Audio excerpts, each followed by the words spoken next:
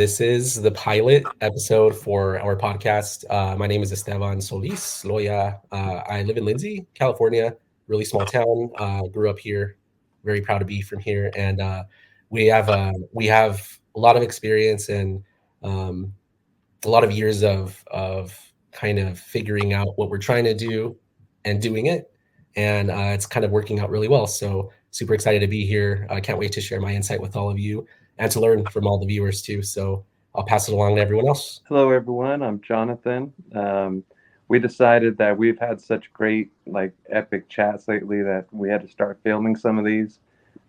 We wanted to launch this podcast, do it about once a week, and whether it be just ourselves or with a guest, we thought this would be really beneficial towards other people that are kind of in our boots, wanting to start something or in the process of starting something, or wondering if it's even possible you can start and launch your own enterprise and live the American dream. And so we wanted to kind of document uh, our journey, where we're at, where we're going, what brought us here. Um, yeah, so my name is Jonathan, co-founder of San Joaquin Industries. We really wanted to dive deep into entrepreneurial space, like really lower the barriers of entry to it, because I mean, just the research that we were going through, wanting to start a company, made us realize that there's so many tools, so many cool little things out there that have made it easier than ever. So that a lot of the software we've been getting to play with, I'm just like, it's incredible, like just what a small team can now leverage. And so it's it didn't make sense not to start using some of the stuff that's been coming out. And then heck, we can talk about it too, as we go through it, the ups and downs, what's working, what's not. And yeah, I'm just excited to be here. I'm Angel. I'm a junior developer with San Joaquin Industries. Started with the company since we've launched. My background is mainly in mental health, but I've always been interested in technology. So studying computer science and now dabbling in developing. Yeah, just wanted to to snowball on what you guys were saying. It's kind of nice because when we started getting into building a company from the ground up, we realized that no one's really been in these shoes before, especially coming from the background that we did, right? So we're in the Central Valley of California, definitely not known as a tech hub or a media hub or a startup hub. It's just not. So we have some experience being in a startup. That was really interesting. And then we realized, well, if it worked there, we could definitely make it work anywhere. And we are kind of learning as we go. That's really the only way you can do it. And we realize that what sets people apart who are successful and who are not is just doing it, is just doing the shit, right?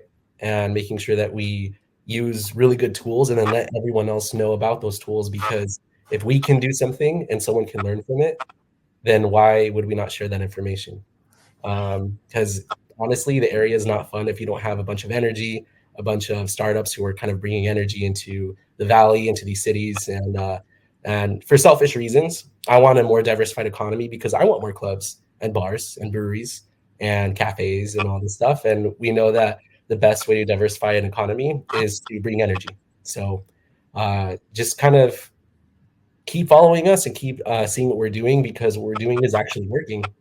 Not that I ever doubted it, but it's just surreal to see.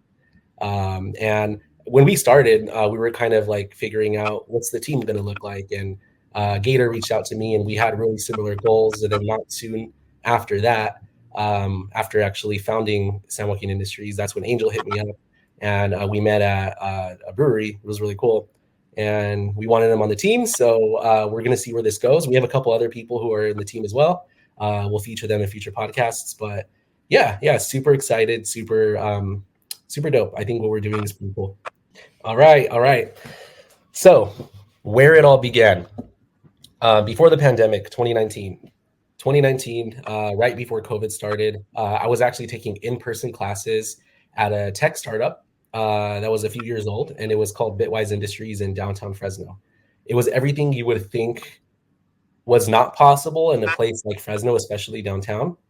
Amazing buildings, really cool concept. People were actually learning how to code, and they were getting tech jobs, which was awesome. We were creating software developers in the Valley by people uh, who lived here, and that was awesome. I didn't think that was possible, so I saw the energy, I loved it, and I started taking classes myself.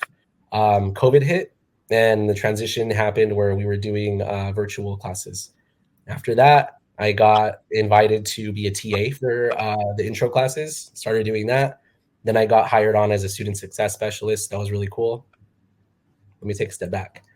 After that, I became an inside sales apprentice for Bitwise. And that was really awesome because I started learning how to really sell software and understanding what the software does, connecting clients and potential clients and leads to our actual software solutions and people who are creating these awesome things based out of Fresno, like Order Slip, 6 Degrees, all these other awesome software solutions. So we were also a Salesforce partner, got to sell for that too, and actually landed a contract or two. That was really cool. Super proud of myself for that. And I think that's what led me to be hired on as a student success specialist. So really awesome experience. I got to work in Bitwise 41. That was a building along the 41 highway downtown, very visible to all of downtown, great views, worked in the workforce training department. And I was there as much as I could. It was really awesome vibe. There was free coffee for us. I will never turn that down. And things were going well. Things were going super well. I was making some good money, more money than I've ever made before. And I figured, like, this is my career. This is what I've been shooting for all my life.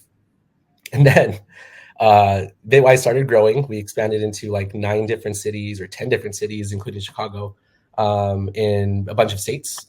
And because of a lot of things and because of many things that we don't know about, the company folded and it completely collapsed. It dissolved. Memorial Day of 2023. That's when we were told that we were not to report to work because we wouldn't be paid. So that was really interesting. Still fresh in my mind a little bit, but it's cool. In that I was forced to kind of reevaluate what I was doing and take those skills and realize that there's so many other opportunities for people who want to continue that work and bring that energy to places. And I really got some experience that no one else has gotten in the Valley, honestly. So once I did that, I started thinking about how I could start my own company, maybe having web design classes and partnering with organizations to offer those classes and doing affiliate marketing and kind of growing in a really organic way. That's when Gator hit me up because he saw some of the posts I was making. And he can tell you more about that too. But we realized like we're vibing pretty well. We have some common goals and we started San Joaquin Industries. So it's been less than a year and we're growing pretty well.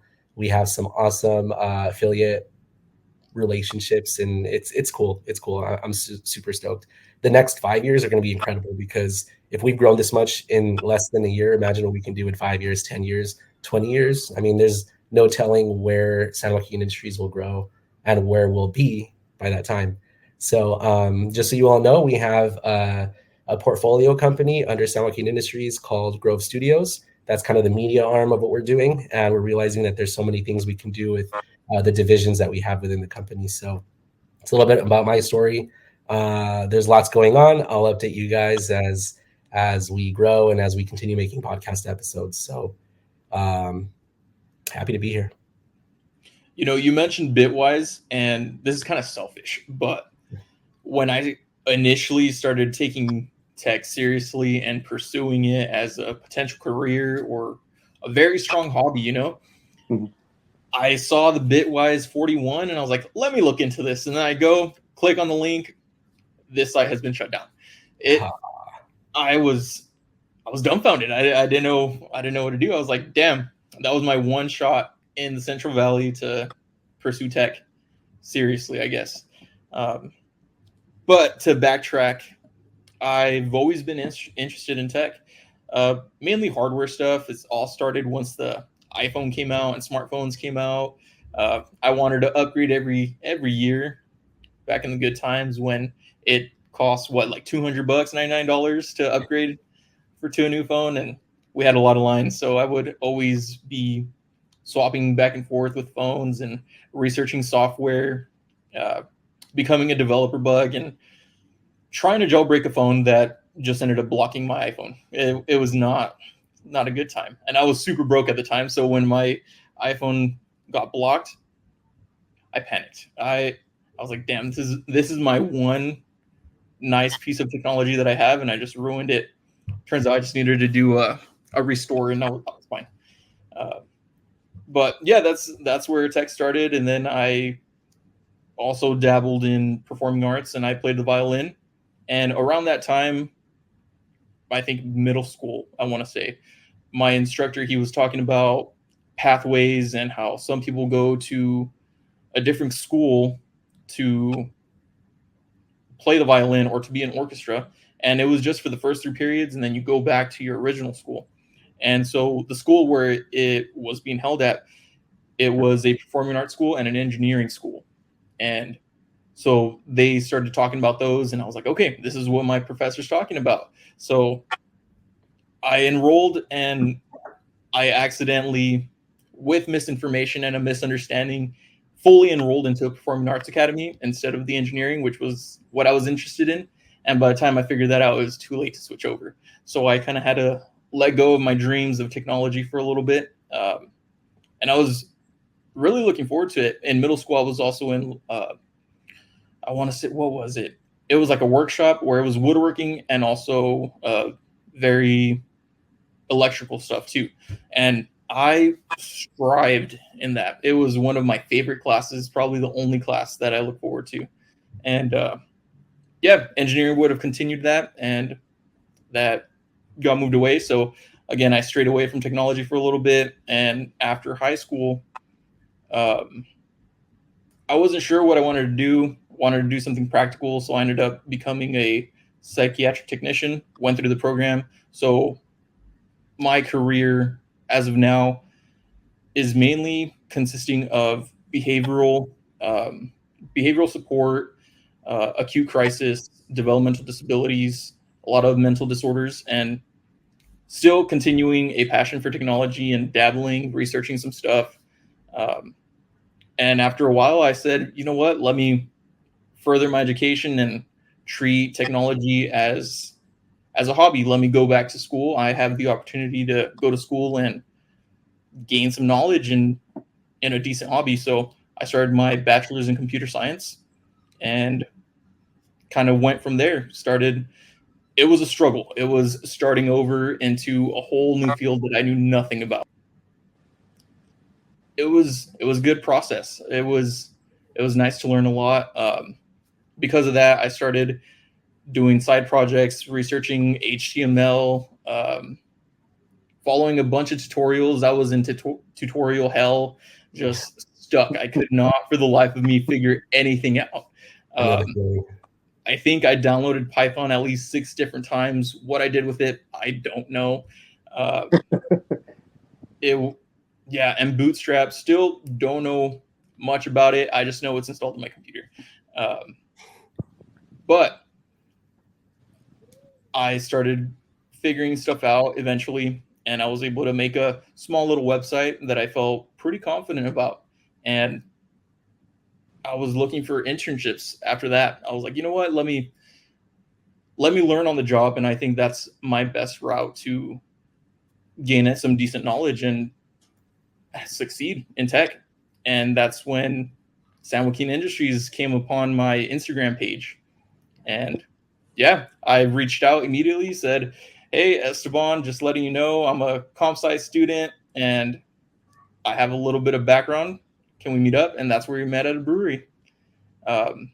Since then, I've gained a little bit more knowledge with schooling, and through both of these guys and another member that we have, got some advice on what websites to look for extra support.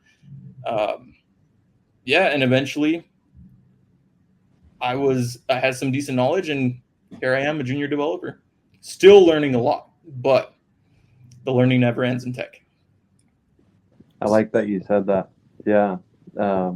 What I think we all have in common is this inquisitiveness and urge to kind of be early adopters. Tell me if I get that wrong, but right, you seem very like you're not afraid to sit down on a new venture, learn something new. Yeah, that's kind of what we're all doing here right now, right? Yeah, Yeah. yeah, that's what we're all about. And we know that there's demand here, you know, like there's a reason why there were hundreds of people on the waiting list to take our classes at Bitwise. I mean, there's a reason why downtown in Fresno was getting hella revitalized because people wanted to be in those places and it was new. And there was a reason why we blew up and we got hella investment money. Like there's reasons why all these things happen. And that hunger didn't go away. Like there's people who still want that, and right now there's a void. There's a void where no one's offering that experience and that hope. But you know, I know we can fill that void in some way for sure. And we're not trying to do what Bitwise did before. They did some awesome work, and you know, before they started answering to what investors were wanting them to do, when they really focused on the communities where they started in and where they were teaching people how to code and creating technologists, they were doing some awesome stuff. And I was doing some awesome work. And that's why we want to grow organically. We want to do things in a way where we don't have to answer to anyone other than ourselves because we have experience and we have this insight that people need, you know? So nice thing about what we're doing is that we don't have to answer to anyone and we can grow however we want, and we have been. And we got a client for web design. We have so many affiliates that we're kind of doing some media and pieces for. And as we grow, we can kind of start figuring out what other demands there are and how we're going to fill those demands. So it's kind of nice because we are finding how we're going to fit in this new frontier, which is the Central Valley right now, and figure out what's going to happen after that. Because for some reason, it doesn't make sense to me, but one of the only parts of the state that's still growing, it's still being overlooked. And this is like my brain activating, which is everything from my obsession with urban planning and wondering why we're still doing things as if it's 1960, and then helping and offering these opportunities to small businesses and doing it in a way where they can stay in their cities and not leave to Silicon Valley and not leave to Austin, Texas, and like Boston and all these other tech hubs. Because why would we send our talent away if we can have them stay here and then fix the problems that we have?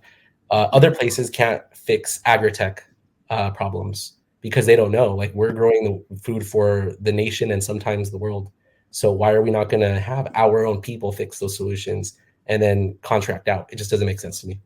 No, in fact, like growing up, I was always told like you got to get out of here. Yep. Like pretty much anyone that had any type of chance to like got out.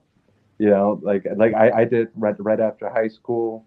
I went out and went to college for a year in LA, and then I had to join the military because I wanted to pay for it. But you know, like and I wanted to like achieve things that I didn't think that the valley would be able to provide or support. You know, to do. Well, I was trying to think big. You know, like for me at the time, like thinking big was like, oh, CIA, FBI. You know, so I got into military intelligence. You know, I did that. I ended up, you know, deploying with JSOC to Afghanistan. You know, I thought, you know, like everything was, I was away from the Central Valley and I loved it. Got to go all over the world. And then eventually, you know, I started having, you know, kids, and you wanted to come back closer to family, and just, you know, like coming back and looking at the valley with a different set of eyes. You know, it was almost like sad, like how much potential is here, like how many like very smart people, you know, just like anywhere else. You know, the problem is they're being, you know, uh, they're they're leaving, right? So what could we do to provide opportunities and keep talent here? Well, you're going to need some companies that you would want to stay and work for.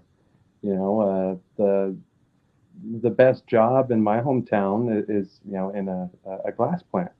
You know, and that's considered, you know, like, hey, you made it. You know, like we got to, you know, got to provide some jobs for people with different skill sets, like high paying skill sets. I think Bitwise was the first, and that's what interested me and drew me there. Was I was like, yeah, what's this tech company doing in the middle of the valley? Like, all right, I want to learn how to code. I want to, you know, that kind of set me off, you know, on that. It inspired me, you know, and just because Bitwise failed didn't mean that it didn't accomplish something, because we all got to see some incredible things that does work, that there's demand for, that these skills can be taught, you know, at affordable prices. You don't need to go to a $20,000 boot camp. You can pay, a few $100 for a 2-month, 3-month program and get exactly what you need. Most of the stuff you can even learn on your own. But as a lot of us know, sometimes having some guided instructions is usually better.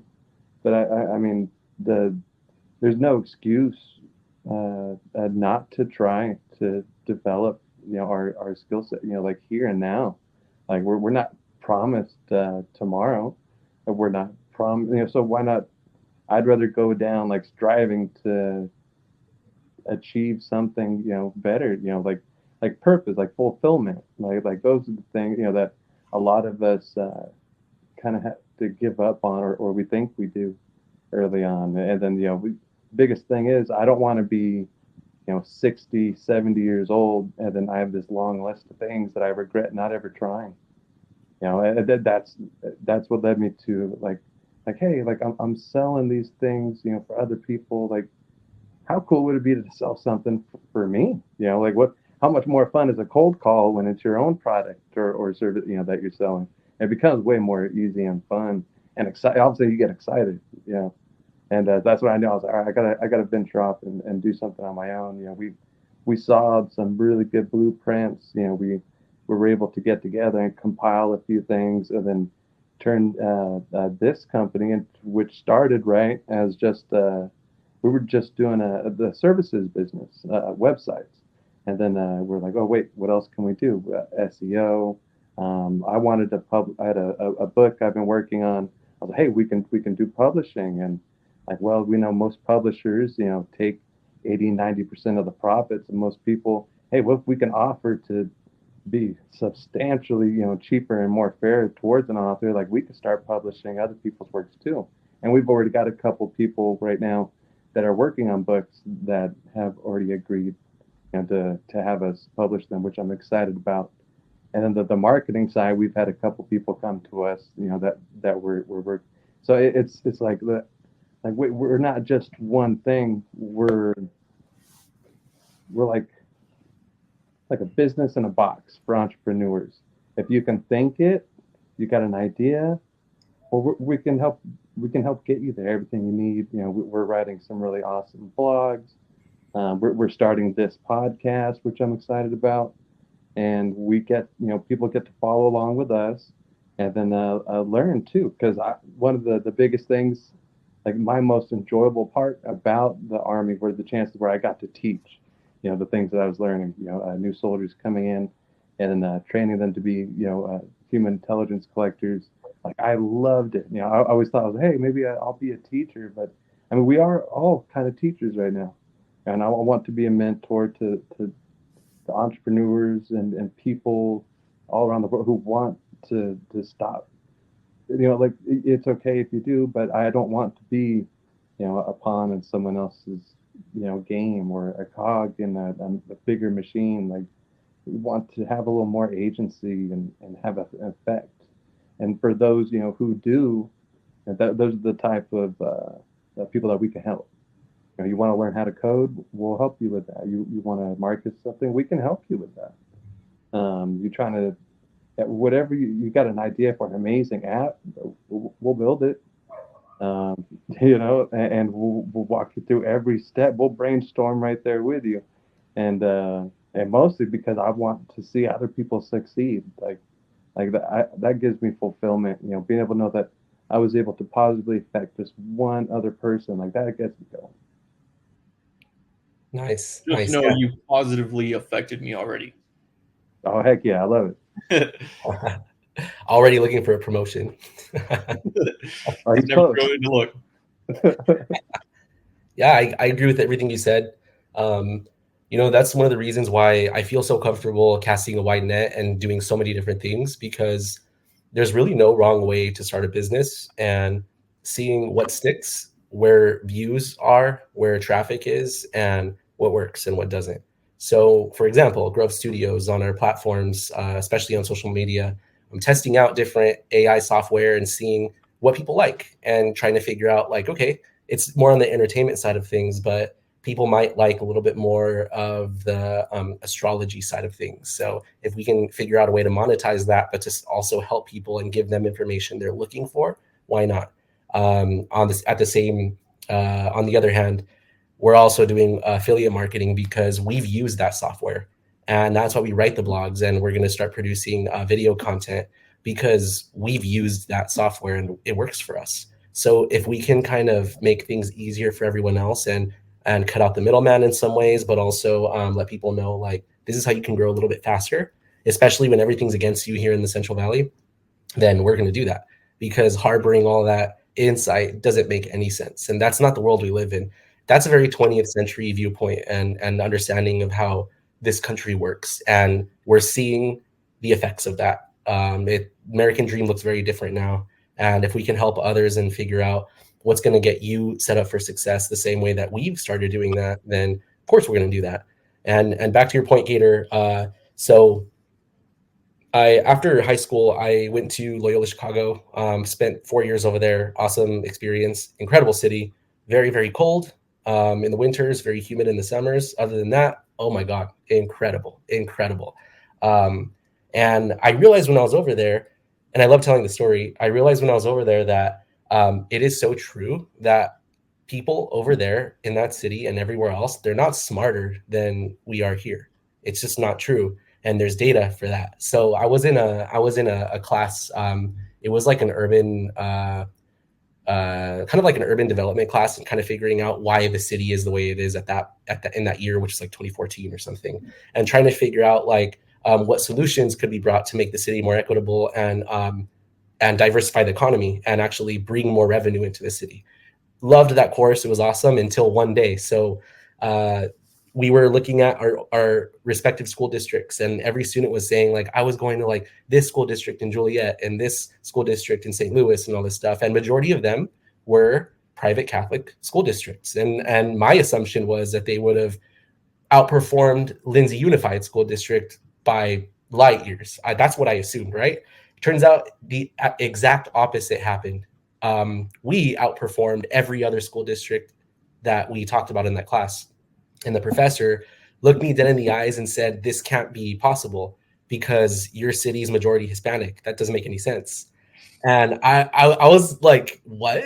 Did I just hear what you thought? Like, and everyone else was kind of like, whoa, like that was, oh, wow, you know? And it made me realize that we're smart, but we don't have the same resources. We don't have the same access to the resources that people need to start their own businesses, to freely move anywhere so they can build their businesses. We don't have that.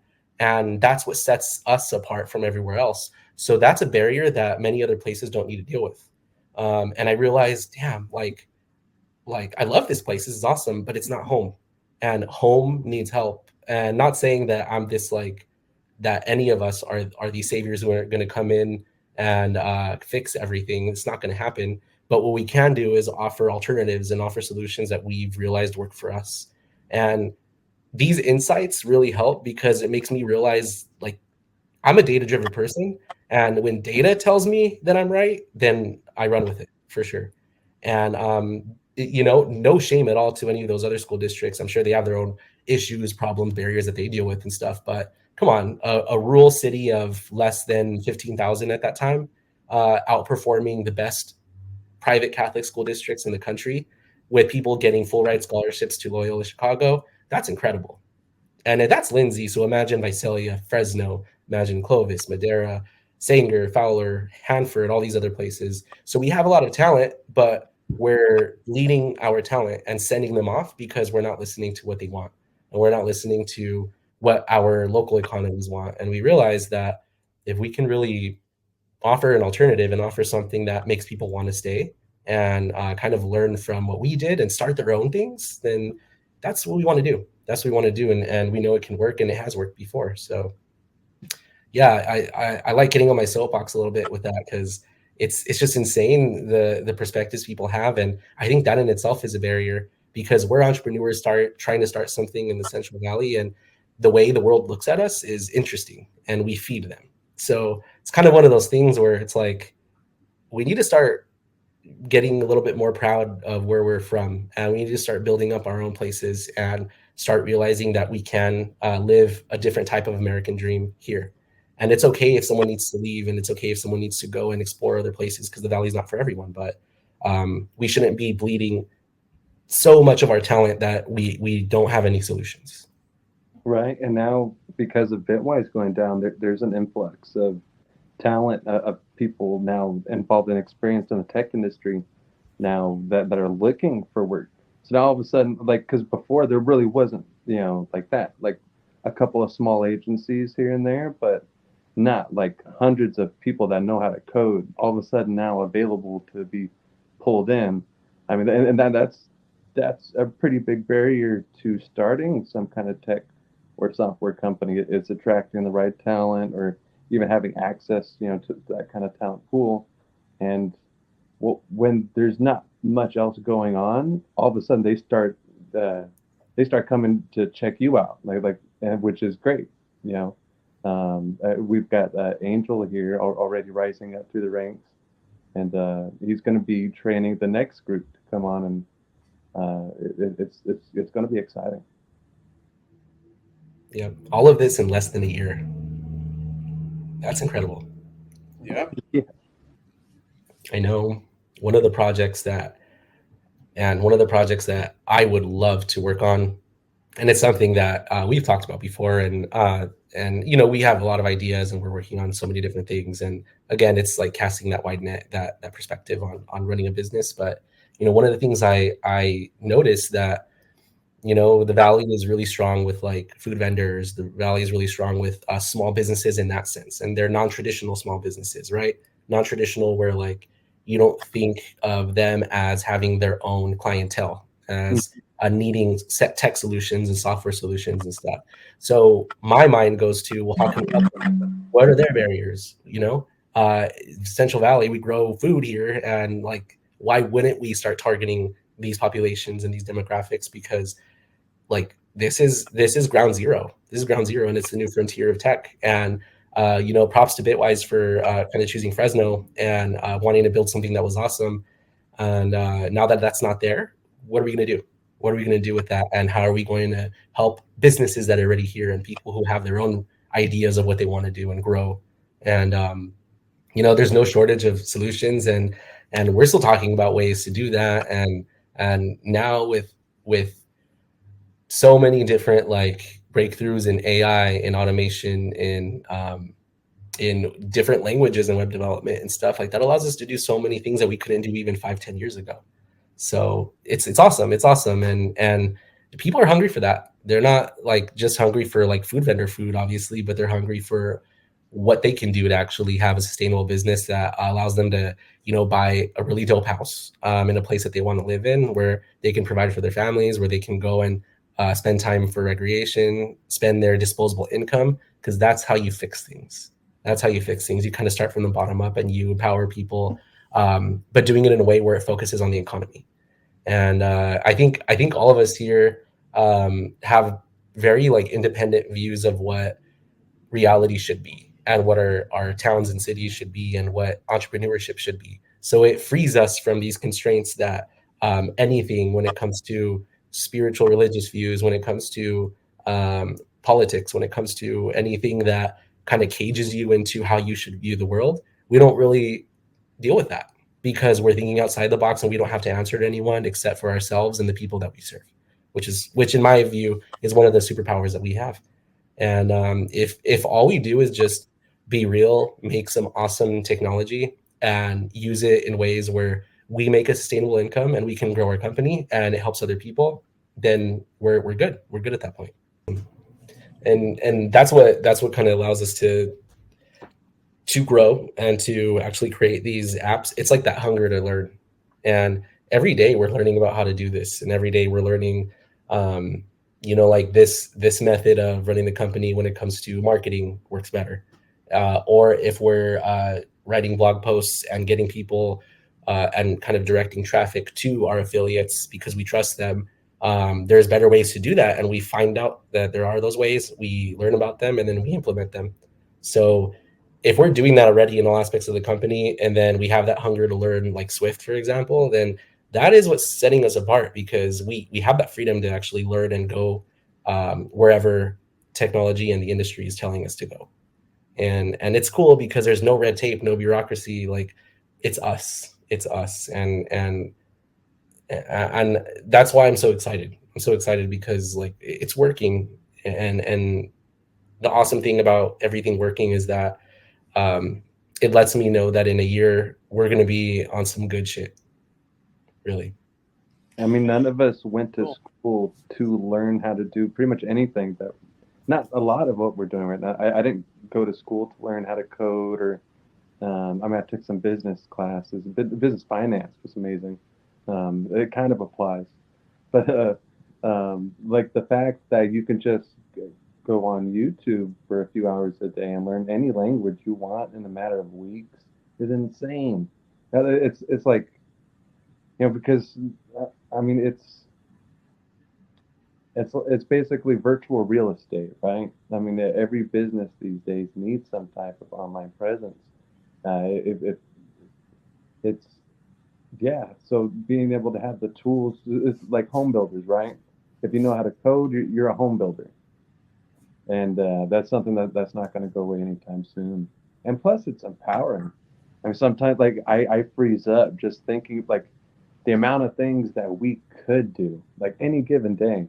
Like, hey, like I can build a lie detector app. I was like, oh wait, I can we'll build a hologram device, attach it to the onto the lenses of our phones. Okay. We want to do some type of app, for these type of vendors over here.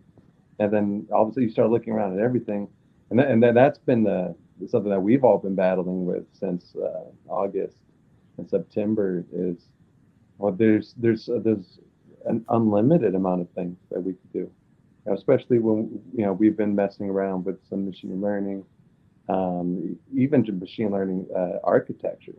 There's I mean, you can spend years and years in research, and I mean, I wouldn't mind it, but the just it's almost like so understand that like that's where our excitement was, and then I know we how we got to the root of where to start is what are the biggest needs and problems right now, that we can immediately resolve.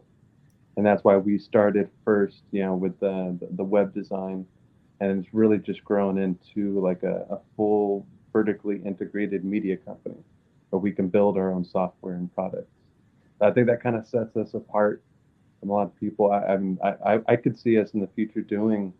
I would like to do something in news for the Valley and like abroad, like world events, like, but being able to just be, no spin, just informational, like the way we did it in the intelligence community was you could nothing was a fact unless you had three different separate types of if it's coming from three different types of sources, you know, uh, someone saw it, you've got signals intelligence, confirming it, then human intelligence confirmed it, and then so you need at least three different sources, and then you could say for okay, this probably this person's probably here, that's when it's actionable, and I think news outlets owe it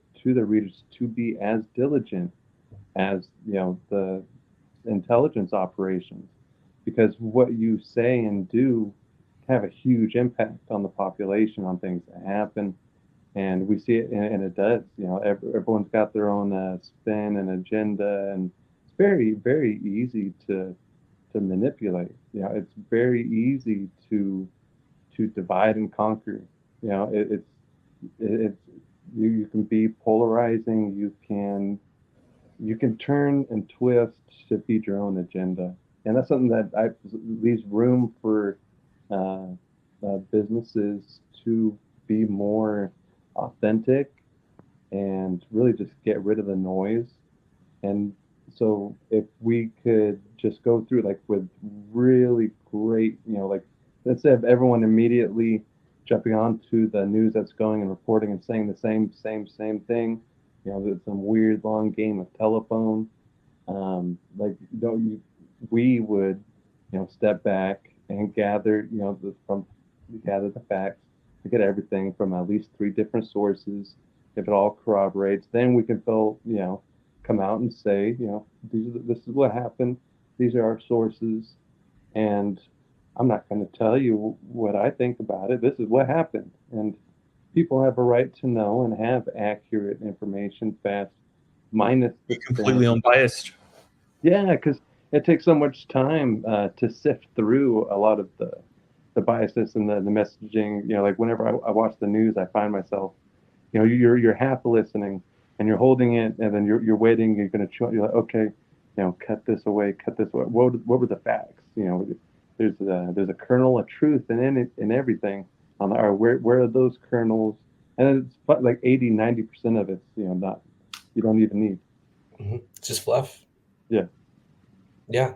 Yeah. And the nice thing about us focusing on so many different things and producing content for different reasons and solutions is that, when we do start informing people on the media side of things, and when Grove Studio starts taking on that role where we are informing the public and we're acting as a legit news source, we're not worried about sales. We're not worried about clicks, because that's not how we're making money. So we have no skin in the game to spin things a certain way or to be biased, because all we're trying to do is let people know this is the reality of how things are, and this is what we think you should know about, because we find it interesting and we think it does affect your lives. It affects our lives. And that's the cool thing, that we don't have any reason to be partisan or to kind of shoot for a specific agenda that favors one party or one country or one anything. Honestly, like it's us just letting people know who we care about, because this is the valley and this is our community. Like, this is what we think you should know.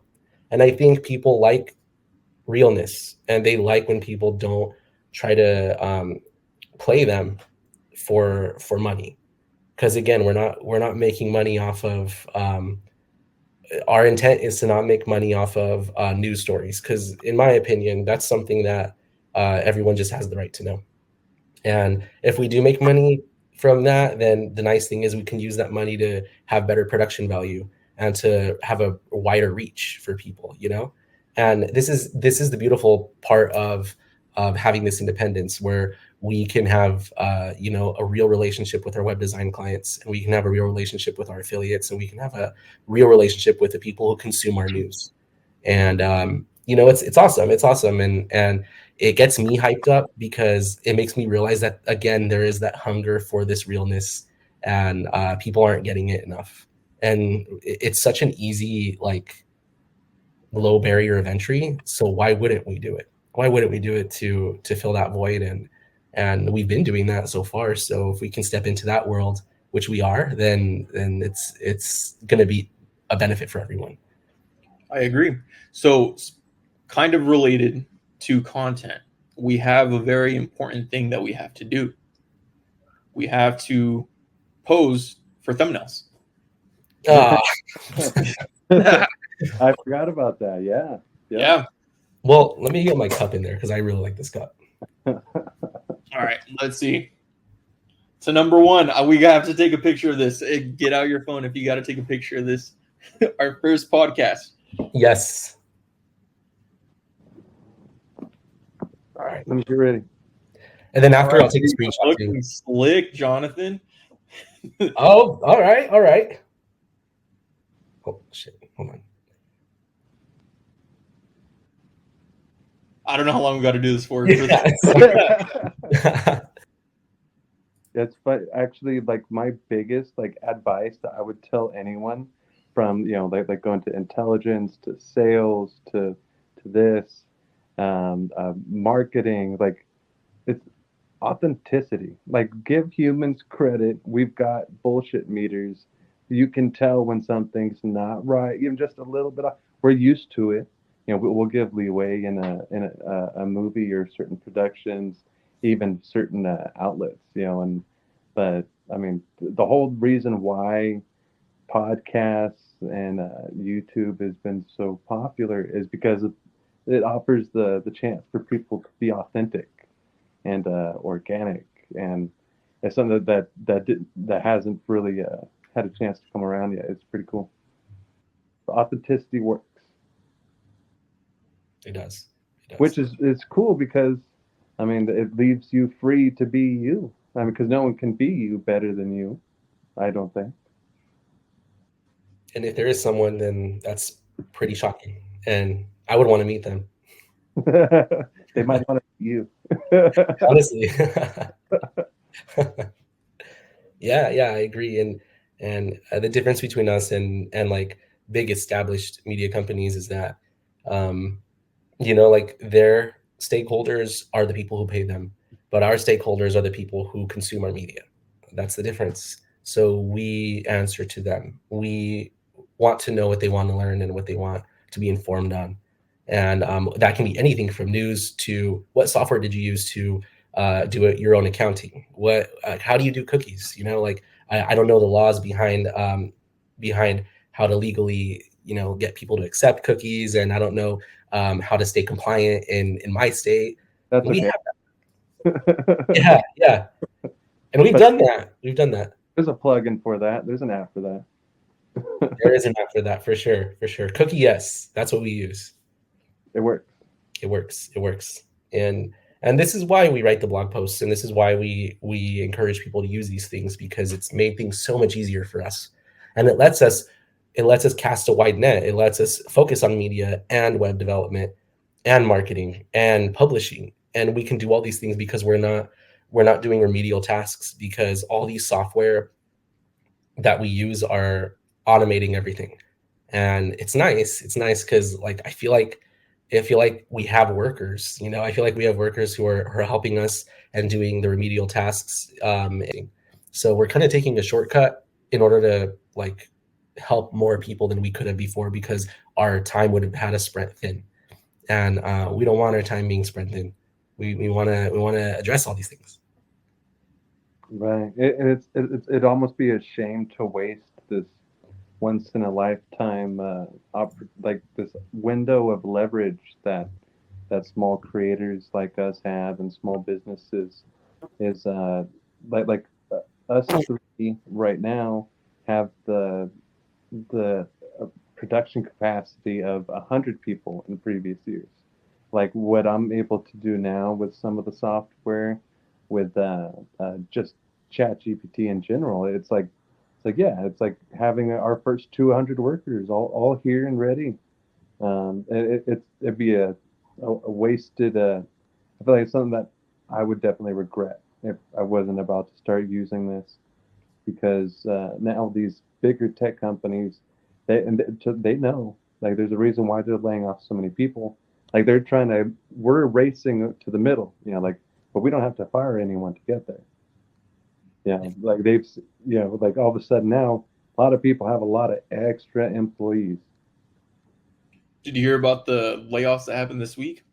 I think within the week there was, uh, I can't remember the main one, but I think they let go of like 17,000 employees, and it was a pretty big tech company. I can't remember which one it was, but I've heard, that yeah. Yeah, and you know what? Whoever it was, this is an instance where people need to know what's going on. So that's something that we could, from the media side of things, let people know this is what's happening. This is why that doesn't work. This is why we're not doing that. And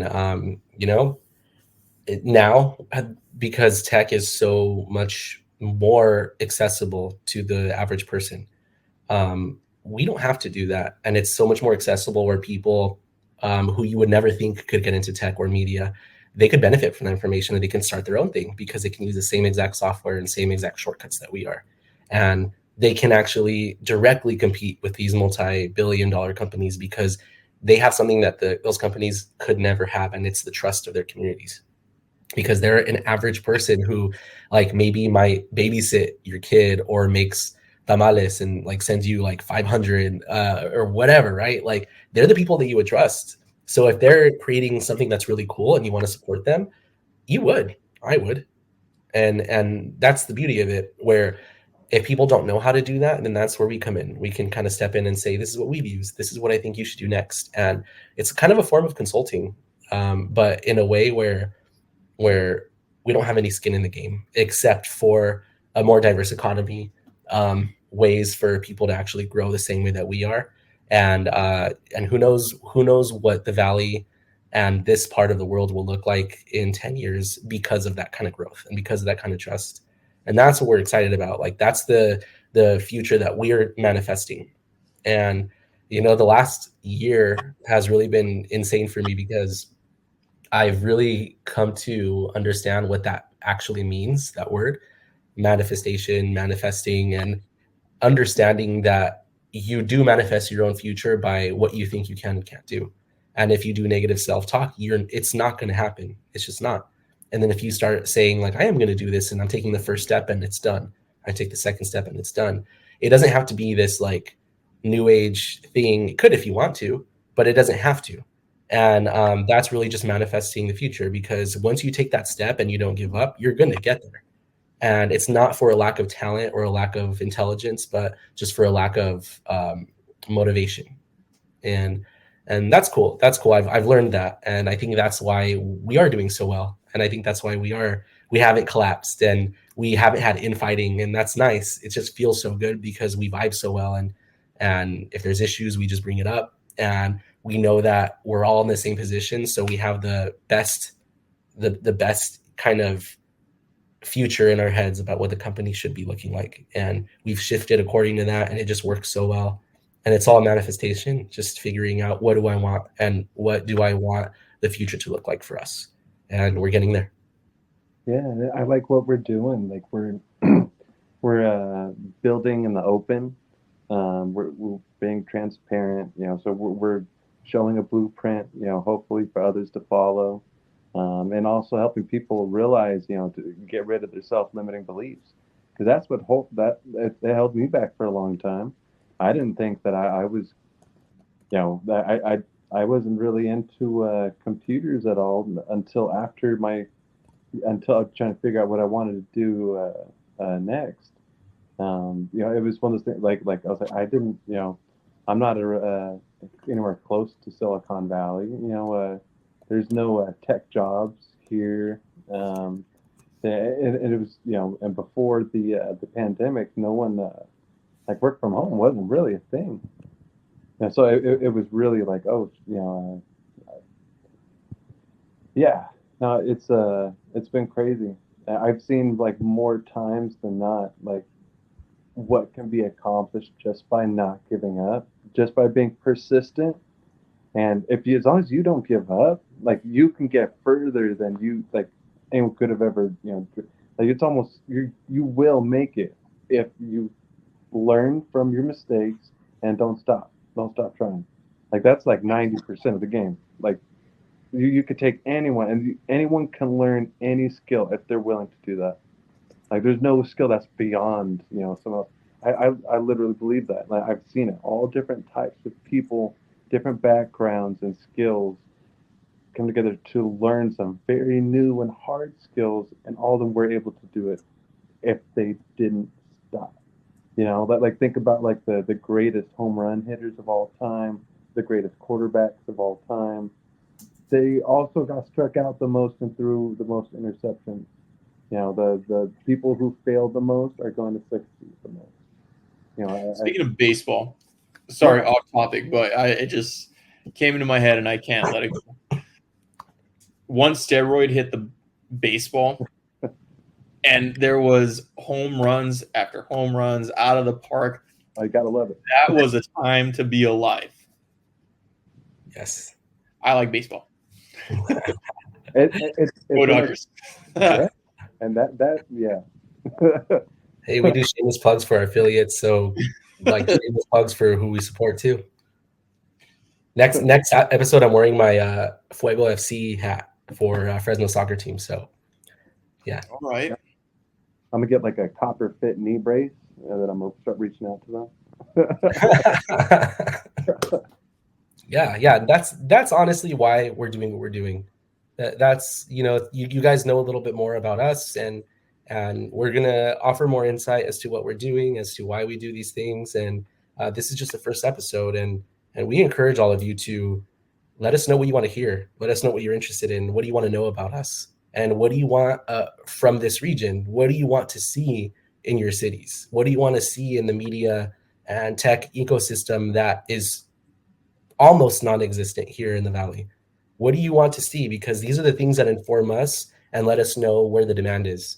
And again, like if we know these things and then we take the first step, check that off, and take the second step and get there, it's going to happen.